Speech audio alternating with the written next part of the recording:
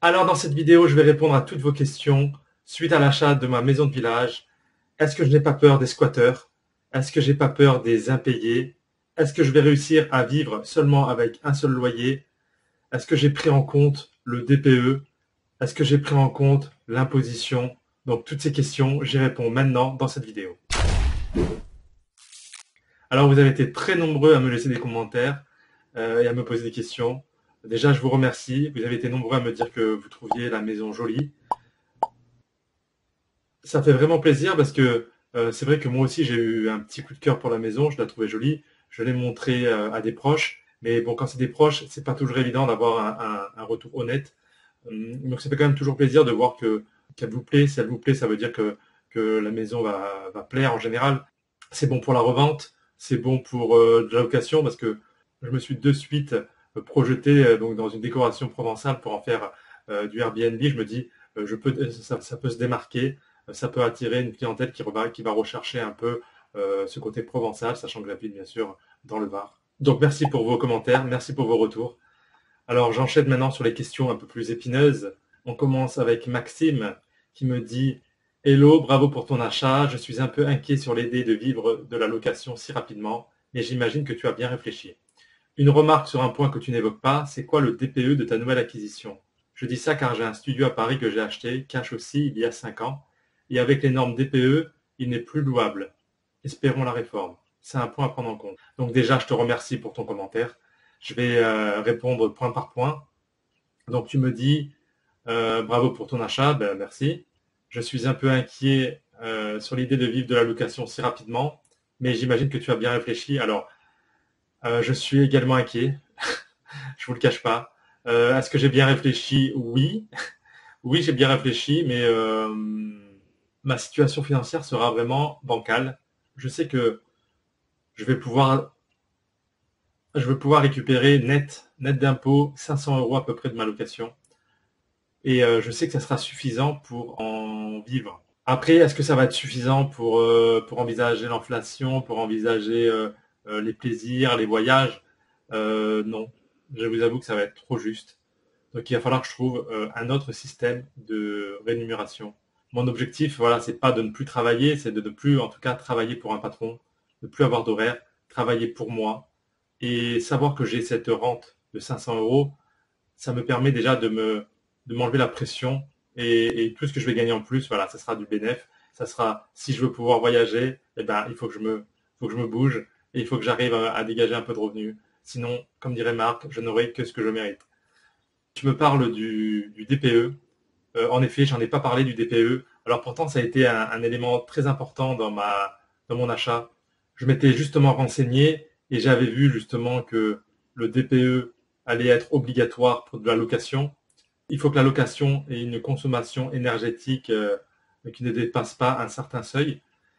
Et donc j'avais regardé donc, le tableau prévisionnel.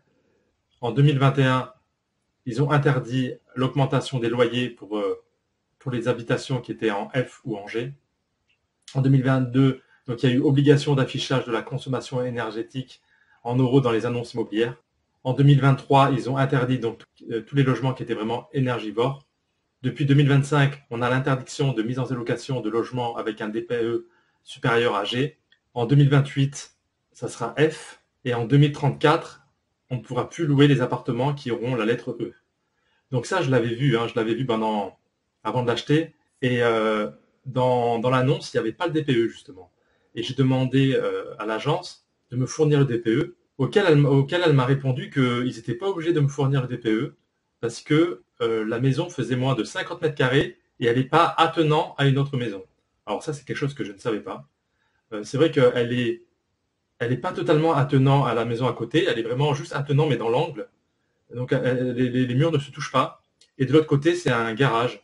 Et comme elle fait moins de 50 mètres carrés, donc ils n'avaient pas obligation de me fournir un DPE. Bon, j'ai insisté en leur expliquant justement que moi, je comptais faire la location et que vu les restrictions d'ici 2034, que je ne pourrais plus louer si c'était à la lettre E, donc j'ai exigé d'avoir non seulement le DPE, mais je leur ai dit que si jamais le DPE était en dessous de E, je ne ferais pas l'acquisition de ce bien. Donc quand j'ai eu les résultats, j'étais content d'apprendre que la performance énergétique, elle était classée lettre C Et pour les émissions de gaz à effet de serre, elle était notée A. Alors, il y a un truc qui m'a intrigué quand même, c'est que certes, j'avais la lettre C, mais je voulais voir justement combien elle avait exactement en termes de chiffres. Elle avait 183 kWh. Et ça m'a intrigué parce que je voulais voir justement si c'était un C qui était plus proche du B ou un C plus proche du D. J'étais surpris car normalement, la lettre C s'arrête à 180. Au-dessus de 180, tu es censé être en D. Alors là, j'ai pas compris. J'ai demandé à l'agence, elle n'a pas su me répondre. Du coup, j'ai envoyé un mail au diagnostiqueur et je lui ai demandé plus de précision et il m'a fait une réponse très professionnelle. Il m'a tout décrit, il m'a tout expliqué son mode de calcul. Donc j'ai appris vraiment des choses que je ne savais pas. En fonction donc du nombre de mètres carrés et de l'altitude, on pouvait comme ça avoir un tableau vraiment spécifique. Et dans ma situation à moi, la lettre C est valable jusqu'à 191. Donc je suis bien en dessous, je suis bien dans la catégorie C. Et il m'a vraiment fourni toutes les explications, tous les décrets. Il a vraiment été très professionnel. Donc ensuite, dans ton mail, tu me parles de tout ce qui va être prélèvements sociaux, les taxes, les impôts, les frais. Alors oui, je l'ai pris en compte. Il faut savoir que justement, ce qui est bien, c'est que comme j'aurai que ça comme revenu, je vais être non imposable. Alors j'aurai quand même les prélèvements sociaux à 17%. Ensuite, tu me dis l'État cherche des sous et les seuls qui ne sont pas délocalisables, ce sont les propriétaires. Alors c'est vrai que le gouvernement pourrait taper sur les propriétaires. Alors l'avantage, si on peut appeler ça un avantage, c'est que en France, on a tendance à taxer les riches et à trop aider les pauvres. Euh, Là, je me classe dans. Alors moi, je serais une classe un peu particulière. Je serais un, un faux riche parce que j'aurais 2 appartements. Donc pour l'État, il pourrait penser que je suis riche. Et en même temps, je serais un faux pauvre parce que j'aurais comme revenu 500 euros par mois. Donc je pense quand même que peu importe les lois qui font, j'arriverai toujours quand même comment dire, à bénéficier quand même de l'avantage d'avoir de peu de revenus. Donc je pense que je serai toujours dans une catégorie très peu imposable. Je pense que je vais être tranquille quand même à ce niveau-là. Par contre, si je commence à avoir des revenus, j'aurai des problèmes de taxes et tout ça. Là, je pense que ça sera plus intéressant, ça sera plus du tout intéressant de vivre en France. Et je pense que j'ai encore beaucoup de marge. Et je me dis que le jour où je gagnerai trop d'argent, certes, certes, j'essaierai de trouver une solution. Mais pour moi, bon, après, c'est des problèmes de riches. Et j'ai envie de dire, bon, les problèmes de riches, y a plus dramatique que ça. Donc ensuite, j'ai Hervé qui me dit, c'est bien d'investir dans l'immobilier, mais si tu ne vis que là-dessus, lorsque tu auras un jour des loyers impayés, ça va être très dur pour toi. Tu devrais en parallèle faire un business en ligne, en plus de YouTube. Alors, les loyers impayés, je vais rejoindre loyers impayés et les squats. Euh, Déjà, il faut savoir que les squats, par exemple, 45% des squats en France se font en région parisienne.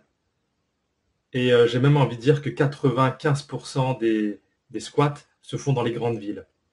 Donc c'est vrai qu'à ce niveau-là, si j'habitais à Paris ou dans une grande ville, je ne prendrais peut-être pas le risque d'investir dans l'immobilier. Moi, je le fais dans une petite commune, c'est un petit village, donc les probabilités sont vraiment très faibles.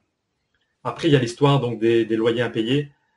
Pour ça, moi, je ne prendrai pas un locataire qui n'a pas la garantie visale. Donc la garantie visale, donc c'est l'État qui prend le relais en cas d'impayé. C'est l'État qui va vous reverser les loyers et c'est eux qui vont attaquer la personne pour les harceler et demander le paiement des loyers. Donc moi, ça me va très bien. Ça veut dire que vous faites juste une déclaration avisale. Mon propriétaire ne m'a pas payé. Ils prennent le relais. En plus, je pense que c'est beaucoup plus efficace parce que quand l'État a la main mise sur sûrement les comptes, les machins, elle aura beaucoup plus de facilité que moi d'engendrer des procédures. Je me vois pas attaquer le garant, le machin, devoir attaquer en justice. Tout ça, ça va être des frais et des complications. Là, vous dégagez toute responsabilité, c'est Visal qui s'en occupe. Donc je pense que c'est vraiment une très bonne évolution d'avoir inventé ce service d'État.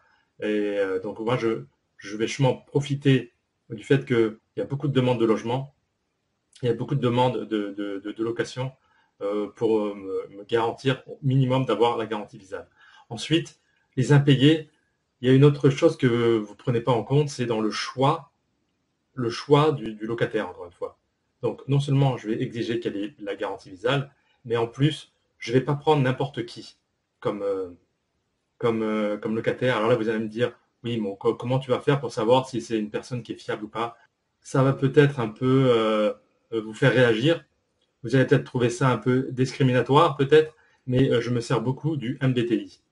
Alors le test MBTI, c'est un test de personnalité. Donc je n'en ai pas encore parlé dans ma chaîne. Je voudrais vraiment en faire d'ailleurs des vidéos dédiées parce que c'est un outil ultra puissant que j'utilise dans mon quotidien, notamment par exemple là pour de la location. Euh, le MBTI, ça va te permettre de connaître le profil, on va dire, psychologique des personnes. Est-ce qu'ils sont introvertis, extravertis? Est-ce qu'ils sont prévoyants? Est-ce qu'ils sont au contraire dans l'instant présent et dans l'improvisation? Donc vous allez me dire, oui, d'accord, c'est bien beau, mais comment tu vas connaître son profil MBTI? Tu vas pas lui demander de passer un test psychologique pour savoir si tu vas louer ton appartement.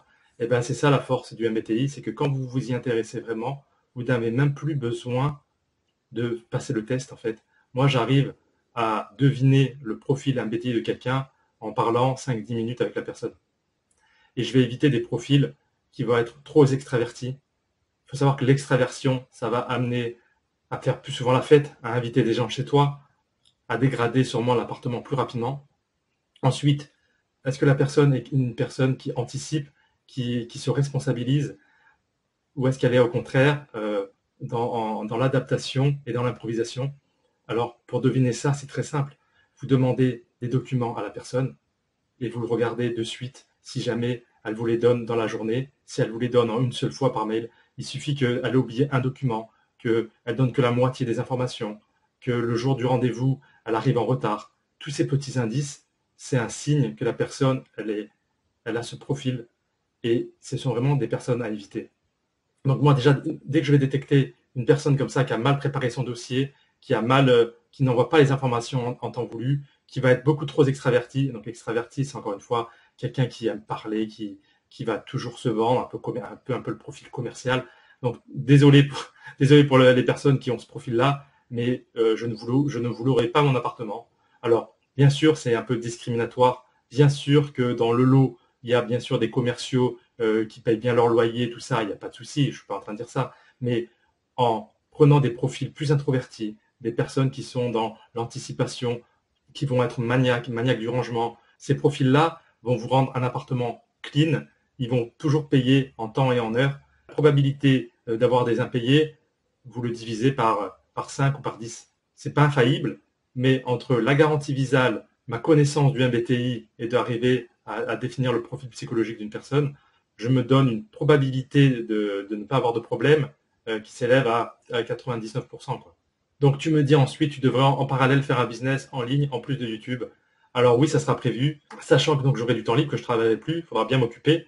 Donc déjà cette chaîne, ça va me permettre vraiment de la continuer, de l'améliorer, sachant que j'aurai vraiment plus de temps libre pour m'en occuper. Je vais peut-être créer, là je suis déjà en train de réfléchir à créer une deuxième chaîne YouTube, parce que j'ai remarqué qu'il y a des sujets que j'aime bien parler, par exemple tout ce qui va être intelligence artificielle, le MBTI, tous ces concepts-là, je pense qu'elle n'aura pas trop la place sur cette chaîne. Donc je pense comme ça peut-être créer une deuxième chaîne YouTube dans l'avenir. Euh, et tu me dis donc d'avoir un autre business que YouTube. Oui, c'est prévu aussi. Je ne sais pas encore exactement comment, mais je vais essayer de trouver justement d'autres moyens de gagner de l'argent, ça c'est sûr. Donc pour terminer, un dernier commentaire qui me dit, par contre, vu que tu veux passer 6 mois par an en Thaïlande, pourquoi acheter de l'immobilier physique? Tu as des produits, donc des produits boursiers avec des dividendes. Me dit gestion à distance égale catastrophe si tu n'es pas sur place. Et je ne parle pas du squat. Donc pour le squat, j'en ai parlé. C'est peu probable que ça arrive sur une petite commune du Var. Pourquoi acheter du physique si je compte vivre 6 mois par an en Thaïlande? Alors, déjà, je ne compte pas vivre 6 mois par an en Thaïlande. En tout cas, c'est pas un projet immédiat. Mon idée, c'est de partir au moins 2 mois à l'hiver pour plus subir l'hiver. Je suis quelqu'un de très frileux. Franchement, l'hiver, j'hiberne. J'arrive même pas à travailler mes projets. Je suis vraiment, voilà, c'est horrible pour moi. Donc, de sûr, je vais essayer de partir au moins 2 mois en hiver.